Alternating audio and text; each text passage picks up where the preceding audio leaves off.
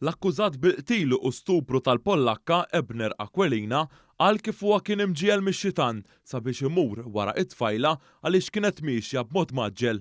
Dan ħareġ fix-xhieda tal-Ispettur Jonathan Rensley fil-bidu tal-kumpilazzjoni tal-evidenza fil-konfront ta' Ebner George Aquilina ta' 20 sena li jgħix iż-Żejtun. Rensley xehed dak li skontu qallu l-akkużat. L-Ispettur Jonathan Rensley xehed kif il-Pulizija rċiviet informazzjoni li kien hemm persuna mixħuta mal-art fi ġnien l-Indipendenza għal ħabta tas-26 ta' filgħodu. Intqal kif kien Amerikan li raq ix-xena tad-delitt u sab lil Pollakka mejta.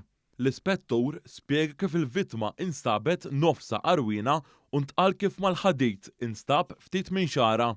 Fix-xena tad-delitt instabu wkoll żarbun u affarijiet tagħha madwar il-katavru. Intqal kif uffiċjal mill-Lassa ta' San Ġiljan infurmah li għal-ħabta s-6:10 ta' filgħodu żagħżugħ ġie arrestat wara li daħal fil-Knisja tal-Balluta wara li qajjem kommozzjoni. Ġie spjegat kif hawnhekk iż-żagħżugħ eleb lambone u marfu l-qassis biex jiktiblu fuq karta li huwa mhuwiex kriminal. Ġie spjegat kif Aquilina ttieħed fiċ-ċentru tas-saħħa tal-Furjana hekk kif huwa der li kien aġitat u kellu xi grif f'idejh. Hawnhekk marru l-Pulizija jkellmuh fejn qal li beda jsegwi tfajla fejn qal li hija kienet għadha żgħira u kellha barnuża b'din il-barnuża tinstab viċin il-vittma.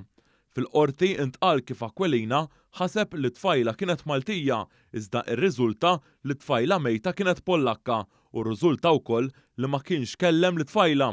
Intqal kif fiċ-ċentru tas-saħħa tal-Furjana marret Omm Ebner u qalilha biex tmur lem biex ma jseħħx delitt ieħor. Fix-xhieda tiegħu, l-Ispettur Jonathan Rensley qal li Paulina Dembska inqatlet hekk kif Aquilina qabeż fuqha u f'gaħħa waqt li anke inkisrula l-kustidji.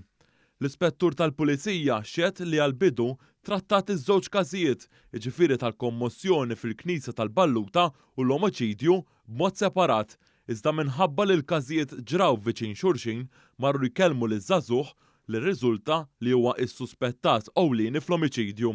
L-imputat qal mal-Pulizija li fil-bidu kien se jattakka żewġ tirġiel b'ċavetta ta' mutur, iżda minħabba li kienu tnejn ma attakkahomx. L-Ispettur Rensley qal kif Ebner Aquilina kellu l-kalzetti blu skuri u fuqhom kien hemm ċapeb tad-demm.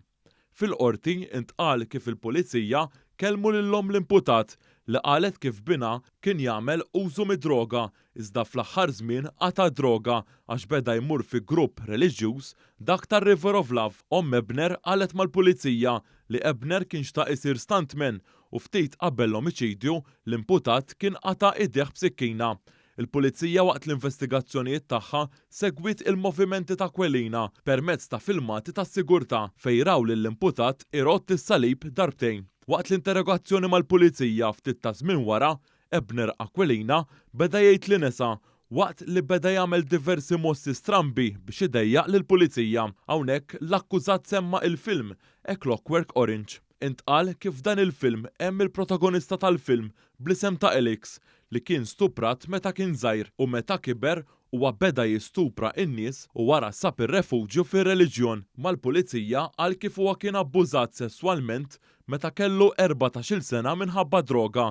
Fl-interrogazzjoni huwa tkellem dwar is-sataniżmu u ddeskriva moħħu dak il-ħin bħala kuker. Huwa spjega mal-Pulizija kif huwa beda jħossu immexxi minn xi qawwa. Intant Ebner Aquilina ma kienx preżenti minħabba li jinsab fi kwarantina u segwa permezz ta' video conferencing.